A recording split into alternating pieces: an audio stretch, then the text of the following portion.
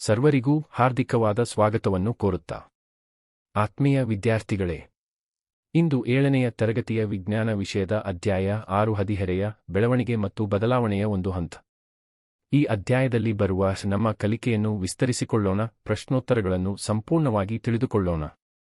ನಮ್ಮ ಕಲಿಕೆಯನ್ನು ವಿಸ್ತರಿಸಿಕೊಳ್ಳೋಣ. ಪ್ರಶ್ನೆ 1. 11 ವರ್ಷದ ಬಾಲಕ ರಮೇಶನ ಮುಖದಲ್ಲಿ ಕೆಲವು ಮೊಡವೆಗಳು ಕಾಣಿಸಿಕೊಂಡವು.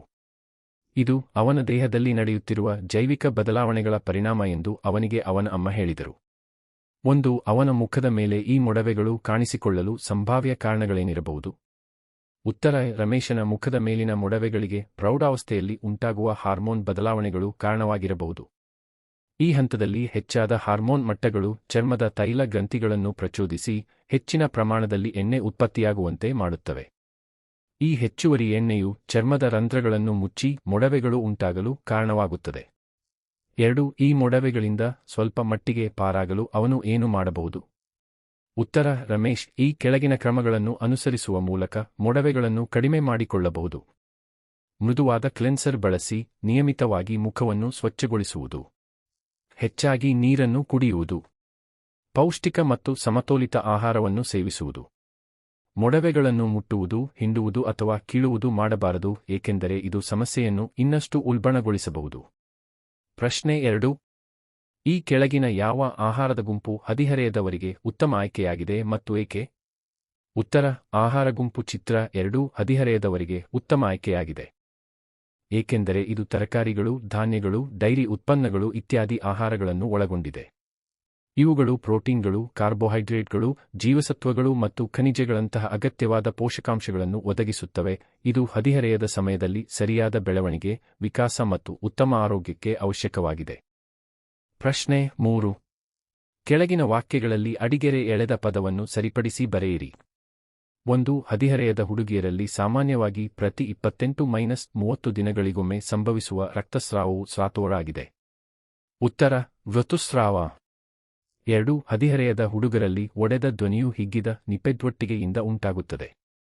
ಉತ್ತರ: ಧ್ವನಿಪೆಟ್ಟಿಗೆ. 3. ದ್ವಿತೀಯಕ ಲೈಂಗಿಕ ಲಕ್ಷಣಗಳು ದೇಹವು ಪ್ರೌಢಾವಸ್ಥೆಗೆ ಸಿದ್ಧವಾಗುತ್ತಿರುವ ನೈಸರ್ಗಿಕ ಲಕ್ಷಣಗಳಾಗಿವೆ ಮತ್ತು ಡಾಸ್ಟೆವಪ್ರೌಯ ಪ್ರಾರಂಭವನ್ನು ಗುರುತಿಸುತ್ತವೆ. ಉತ್ತರ: ಪ್ರೌಢಾವಸ್ಥೆ. 4. ಆಲ್ಹಾಲ್ಕೋ ಮತ್ತು ಮಾಕದ ವ್ಯದ್ರಗಳು ವ್ಯಸನಕಾರಿಯಾಗಿರುವುದರಿಂದ ನಾವು ಅವುಗಳಿಗೆ ಬೇಡ ಎಂದು ಹೇಳಬೇಕು. ಉತ್ತರ: ಆಲ್ಕೋಹಾಲ್ ಮತ್ತು ಮಾದಕ ದ್ರವ್ಯಗಳು. ಪ್ರಶ್ನೆ 4.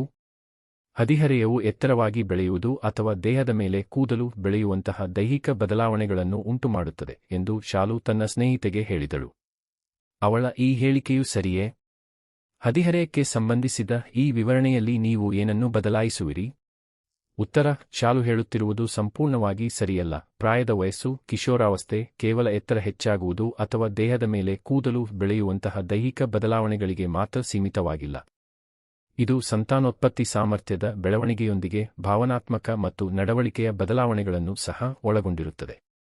ಪ್ರಶ್ನೆ 5. ತರಗತಿಯಲ್ಲಿ ಚರ್ಚೆಯ ಸಮಯದಲ್ಲಿ ಕೆಲವು ವಿದ್ಯಾರ್ಥಿಗಳು ಈ ಕೆಳಗಿನ ಅಂಶಗಳನ್ನು ಎತ್ತಿದರು. ಈ ಅಂಶಗಳ ನಿಖರತೆಯನ್ನು ಪರಿಶೀಲಿಸಲು ನೀವು ಅವರಿಗೆ ಯಾವ ಪ್ರಶ್ನೆಗಳನ್ನು ಕೇಳುವಿರಿ? 1. ಹದಿಹರೆಯದವರು ವರ್ತನೆಯ ಬದಲಾವಣೆಗಳ ಬಗ್ಗೆ ಚಿಂತಿಸಬೇಕಾಗಿಲ್ಲ. 2. ಯಾರಾದರೂ ಒಮ್ಮೆ ಒಂದು ಮಾದಕವಸ್ತುವನ್ನು ಪ್ರಯತ್ನಿಸಿದರೆ ಅವರು ಯಾವಾಗ ಬೇಕಾದರೂ ನಿಲ್ಲಿಸಬಹುದು. ಉತ್ತರ: 1. ಸರಿಯಾದಂತೆಯನ್ನು ಪರಿಶೀಲಿಸಲು ಈ ಕೆಳಗಿನ ಪ್ರಶ್ನೆಗಳನ್ನು ಕೇಳಬಹುದು.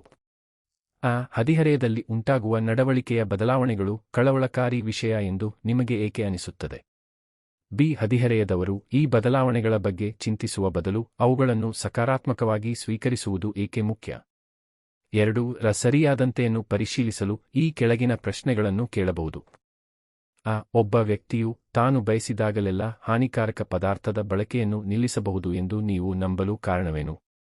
ಬಿ. ವ್ಯಸನದ ಪರಿಕಲ್ಪನೆಯ ಬಗ್ಗೆ ನಿಮಗೆ ತಿಳಿದಿದೆ ಮತ್ತು ಒಂದು ವಸ್ತುವನ್ನು ಕೇವಲ ಒಂದು ಬಾರಿ ಬಳಸುವುದರಿಂದಲೂ ಅದನ್ನು ಬಿಡುವುದು ಹೇಗೆ ಕಷ್ಟವಾಗಬಹುದು ಎಂಬುದು ಗೊತ್ತೇ?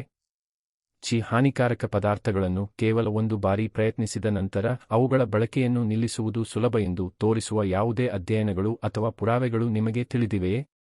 ಪ್ರಶ್ನೆ 6. ಹದಿಹರೆಯದವರು ಕೆಲವೊಮ್ಮೆ ಚಿತ್ತಚಾಂಚಲ್ಯವನ್ನು ಅನುಭವಿಸುತ್ತಾರೆ. ಕೆಲವು ದಿನ ಅವರು ತುಂಬಾ ಚುರುಕಾಗಿ ಮತ್ತು ಸಂತೋಷವಾಗಿರುತ್ತಾರೆ. ಆದರೆ ಇತರ ದಿನಗಳಲ್ಲಿ ಅವರು ನಿರುತ್ಸಾಹದಿಂದಿರಬಹುದು. ಬೇರೆ ಯಾವ ವರ್ತನೆಯ ಬದಲಾವಣೆಗಳು ಈ ವಯಸ್ಸಿನೊಂದಿಗೆ ಸಂಬಂಧಿಸಿವೆ? ಉತ್ತರ: ಹದಿಹರೆಯದವರು ಹಲವಾರು ರೀತಿಯ ವರ್ತನೆಯ ಬದಲಾವಣೆಗಳನ್ನು ಅನುಭವಿಸುತ್ತಾರೆ. ವೇಗವಾಗಿ ಬದಲಾಗುವ ತೀವ್ರ ಭಾವನೆಗಳು, ಸ್ವಾವಲಂಬನೆ ಮತ್ತು ಸ್ವಂತ ನಿರ್ಧಾರಗಳನ್ನು ತೆಗೆದುಕೊಳ್ಳುವ ಬೆಳೆಯುತ್ತಿರುವ ಅಗತ್ಯ, ಸ್ನೇಹಿತರ ಪ್ರಭಾವ ಮತ್ತು ಸಾಮಾಜಿಕ ಗುಂಪುಗಳಲ್ಲಿ ಬೆರೆಯುವ ಬಯಕೆ, ಲೈಂಗಿಕತೆಯಂತಹ ವೈಯಕ್ತಿಕ ಗುರುತಿನ ಅನ್ವೇಷಣೆ, ಹಾಗೂ ಮೊಬೈಲ್ ಫೋನ್ಗಳು ಮತ್ತು ಸಾಮಾಜಿಕ ಮಾಧ್ಯಮಗಳನ್ನು ಒಳಗೊಂಡಂತೆ ತಂತ್ರಜ್ಞಾನದೊಂದಿಗೆ ಹೆಚ್ಚಿನ ಒಡನಾಟ. ಹದಿಹರೆಯದವರ ವರ್ತನೆಯ ಬದಲಾವಣೆಗಳು: ಬಲವಾದ ಭಾವನೆಗಳು, ಕ್ಷಿಪ್ರವಾಗಿ ಬದಲಾಗುವ ತೀವ್ರ ಭಾವನಾತ್ಮಕ ಸ್ಥಿತಿಗಳು, ಸ್ವಂತಿಕೆ, ಸ್ವತಂತ್ರವಾಗಿರಬೇಕು ಮತ್ತು ಸ್ವಂತ ನಿರ್ಧಾರಗಳನ್ನು ತೆಗೆದುಕೊಳ್ಳಬೇಕು ಎಂಬ ಹಂಬಲ, ಸ್ನೇಹಿತರ ಪ್ರಭಾವ, ಸ್ನೇಹಿತರ ಗುಂಪಿನಲ್ಲಿ ಗುರುತಿಸಿಕೊಳ್ಳುವ ಮತ್ತು ಅವರಂತೆ ಇರಬೇಕೆಂಬ ಬಯಕೆ, ವೈಯಕ್ತಿಕ ಗುರುತು, ಲೈಂಗಿಕತೆಯ ಪರಿಚಯ ಸೇರಿದಂತೆ ಸ್ವಂತ ಗುರುತನ್ನು ಹುಡುಕುವುದು, ಮೊಬೈಲ್ ಮತ್ತು ಸಾಮಾಜಿಕ ಜಾಲತಾಣಗಳಲ್ಲಿ ಹೆಚ್ಚು ಸಮಯ ಕಳೆಯುವುದು. ಪ್ರಶ್ನೆ 7. ಶೌಚಾಲಯವನ್ನು ಬಳಸುವಾಗ ಬಳಸಿದ ಸ್ಯಾನಿಟರಿ ಪ್ಯಾಡ್ಗಳು ಕಸದ ಬುಟ್ಟಿಯ ಬಳಿ ಹರಡಿಕೊಂಡಿರುವುದನ್ನು ಮೋಹಿನಿ ಗಮನಿಸಿದಳು. ಅವಳು ಬೇಸರಗೊಂಡು ತನ್ನ ಭಾವನೆಗಳನ್ನು ತನ್ನ ಸ್ನೇಹಿತರೊಂದಿಗೆ ಹಂಚಿಕೊಂಡಳು. ಋತುಸ್ರಾವದ ನೈರ್ಮಲ್ಯ ಮತ್ತು ಆರೋಗ್ಯಕರ ನೈರ್ಮಲ್ಯ ಅಭ್ಯಾಸದ ಮಹತ್ವವನ್ನು ಅವರು ಚರ್ಚಿಸಿದರು. ನಿಮ್ಮ ಸ್ನೇಹಿತರಿಗೆ ನೀವು ಋತುಸ್ರಾವಕ್ಕೆ ಸಂಬಂಧಿಸಿದಂತೆ ಯಾವ ನೈರ್ಮಲ್ಯ ಮತ್ತು ನೈರ್ಮಲ್ಯ ಅಭ್ಯಾಸಗಳನ್ನು ಸೂಚಿಸುವಿರಿ? ಉತ್ತರ: ಉತ್ತಮ ಮುಟ್ಟಿನ ಸ್ವಚ್ಛತೆ ಮತ್ತು ನೈರ್ಮಲ್ಯ ಕ್ರಮಗಳು. ಮುಟ್ಟಿನ ಸಮಯದಲ್ಲಿ ಸ್ಯಾನಿಟರಿ ಪ್ಯಾಡ್ಗಳು ಅಥವಾ ಸ್ವಚ್ಛವಾದ, ಮರುಬಳಕೆ ಮಾಡಬಹುದಾದ ಬಟ್ಟೆಯ ಪ್ಯಾಡ್ಗಳನ್ನು ಬಳಸುವುದು.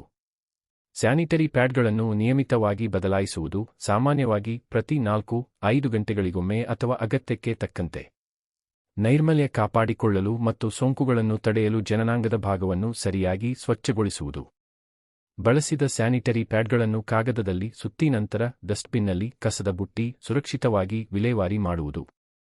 ರೋಗಾಣುಗಳು ಹರಡುವುದನ್ನು ತಡೆಯಲು ಸ್ಯಾನಿಟರಿ ಪ್ಯಾಡ್ಗಳನ್ನು ಮುಟ್ಟುವ ಮೊದಲು ಮತ್ತು ನಂತರ ಸೋಂಪು ಮತ್ತು ನೀತಿಯಿಂದ ಕೈಗಳನ್ನು ಚೆನ್ನಾಗಿ ತೊಳೆಯುವುದು. ಪ್ರಶ್ನೆ 8. ಮೇರಿ ಮತ್ತು ಮನೋಜ್ ಸಹಪಾಠಿಗಳು ಮತ್ತು ಒಳ್ಳೆಯ ಸ್ನೇಹಿತರು. 11 ವರ್ಷ ತುಂಬಿದಾಗ ಮೇರಿಯ ಕತ್ತಿನ ಮುಂಭಾಗದಲ್ಲಿ ಸ್ವಲ್ಪ ಓತ ಕಂಡುಬಂದಿತು. ಅವಳು ವೈದ್ಯರನ್ನು ಭೇಟಿ ಮಾಡಿದಳು. ಅವರು ಔಷಧಿಯನ್ನು ಸೂಚಿಸಿ ಅಯೋಡಿನ್ ಯುಕ್ತ ಆಹಾರವನ್ನು ತೆಗೆದುಕೊಳ್ಳುವಂತೆ ಹೇಳಿದರು. ಇದೇ ರೀತಿ 12 ವರ್ಷ ತುಂಬಿದಾಗ ಮನೋಜ್ನ ಕತ್ತಿನ ಮುಂಭಾಗದಲ್ಲಿಯೂ ಒಂದು ಉಬ್ಬು ಬೆಳೆಯಿತು.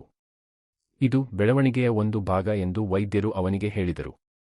ನಿಮ್ಮ ಪ್ರಕಾರ ಮೇರಿ ಮತ್ತು ಮನೋಜ್ಗೆ ವಿಭಿನ್ನವಾಗಿ ಸಲಹೆ ನೀಡಲು ಕಾರಣವೇನು? ಉತ್ತರ: ಮೇರಿ ಮತ್ತು ಮನೋಜ್ ಅವರ ಕುತ್ತಿಗೆಯಲ್ಲಿದ್ದ ಉಬ್ಬಿನ ಕಾರಣಗಳು ಒಂದೇ ಆಗಿರದ ಕಾರಣ ವೈದ್ಯರು ಅವರಿಗೆ ವಿಭಿನ್ನ ಸಲಹೆಗಳನ್ನು ನೀಡಿದರು. ಮೇರಿಯ ಕುತ್ತಿಗೆಯ ಊತವು ಬಹುಶಃ ಗಾಯ್ಟರ್ ಗಳಗಂಡ ಕಾರಣದಿಂದಿರಬಹುದು.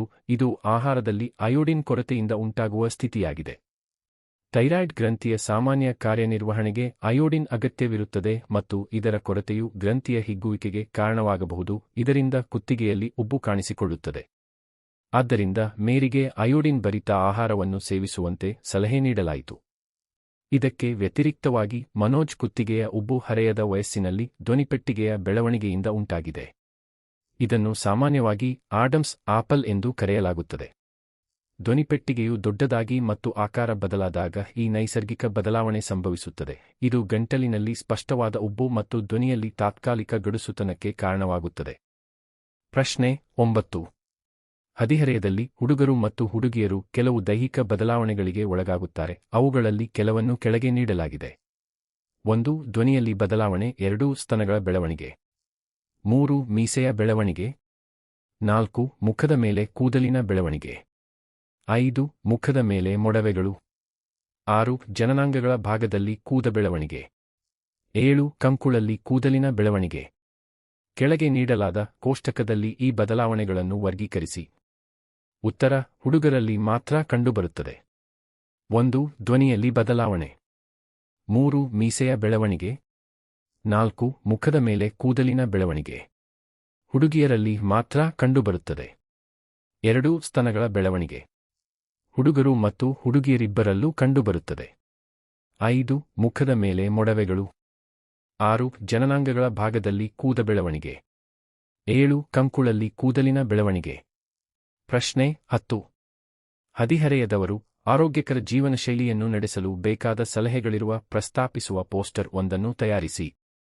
1. ಪೌಷ್ಟಿಕ ಆಹಾರ ಸೇವನೆ ಸಮತೋಲಿತ ಆಹಾರ ಹಣ್ಣು ತರಕಾರಿ ಧಾನ್ಯ ಮತ್ತು ಪ್ರೋಟೀನ್ ಇರುವ ಆಹಾರ ಸೇವಿಸಿ ಬೆಳಗಿನ ಉಪಹಾರ ಯಾವುದೇ ಕಾರಣಕ್ಕೂ ಬೆಳಗಿನ ತಿಂಡಿಯನ್ನು ಬಿಡಬೇಡಿ ಜಂಕ್ ಫುಡ್ ನಿಯಂತ್ರಣ ಬೇಕರಿ ತಿಂಡಿ ಪಿಜ್ಜಾ ಬರ್ಗರ್ ಮತ್ತು ಕರಿದ ಪದಾರ್ಥಗಳನ್ನು ಕಡಿಮೆ ಮಾಡಿ ನೀರು ಕುಡಿಯುವುದು ದಿನಕ್ಕೆ ಕನಿಷ್ಠ 8-10 ಲೋಟ ನೀರು ಕುಡಿಯಿರಿ 2. ದೈಹಿಕ ಚಟುವಟಿಕೆ ದಿನನಿತ್ಯದ ವ್ಯಾಯಾಮ ದಿನಕ್ಕೆ ಕನಿಷ್ಠ 1 ಗಂಟೆಗಳ ಕಾಲ ದೈಹಿಕ ಚಟುವಟಿಕೆಯಲ್ಲಿ ತೊಡಗಿಕೊಳ್ಳಿ ಆಟಗಳು ಓಟ ಈಜು ಸೈಕ್ಲಿಂಗ್ ಅಥವಾ ನಿಮಗಿಷ್ಟವಾದ ಹೊರಾಂಗಣ ಆಟಗಳನ್ನು ಆಡಿ ನಡಿಗೆ ಲಿಫ್ಟ್ ಬದಲಿಗೆ ಮೆಟ್ಟಿಲುಗಳನ್ನು ಬಳಸಿ ಸಣ್ಣ ದೂರಕ್ಕೆ ನಡೆದುಕೊಂಡು ಹೋಗಿ 3. ಉತ್ತಮ ನಿದ್ರೆ ಮತ್ತು ವಿಶ್ರಾಂತಿ ಪೂರಕ ನಿದ್ರೆ ಹದಿಹರೆಯದವರಿಗೆ ದಿನಕ್ಕೆ 8-10 ಗಂಟೆಗಳ ನಿದ್ರೆ ಅಗತ್ಯವಿರುತ್ತದೆ ಸಮಯ ಪಾಲನೆ ಪ್ರತಿದಿನ ಒಂದೇ ಸಮಯಕ್ಕೆ ಮಲಗುವ ಮತ್ತು ಏಳುವ ಅಭ್ಯಾಸ ಮಾಡಿಕೊಳ್ಳಿ ಗ್ಯಾಜೆಟ್ ಮುಕ್ತ ನಿದ್ರೆ 5. ಮಾನಸಿಕ ಆರೋಗ್ಯೋತ್ತಡ ನಿರ್ವಹಣೆ ಪರೀಕ್ಷೆ ಅಥವಾ ಓದಿನ ಒತ್ತಡವಿದ್ದರೆ ಯೋಗ ಧ್ಯಾನ ಅಥವಾ ಸಂಗೀತ ಆಲಿಸಿ ಭಾವನೆಗಳನ್ನು ಹಂಚಿಕೊಳ್ಳಿ ಮನಸ್ಸಿನಲ್ಲಿ ಗೊಂದಲವಿದ್ದರೆ ಪೋಷಕರು ಅಥವಾ ನಂಬಿಕಸ್ಥ ಸ್ನೇಹಿತರೊಂದಿಗೆ ಮಾತನಾಡಿ ಸಕಾರಾತ್ಮಕ ಚಿಂತನೆ ನಿಮ್ಮನ್ನು ಇತರರೊಂದಿಗೆ ಹೋಲಿಕೆ ಮಾಡಿಕೊಳ್ಳಬೇಡಿ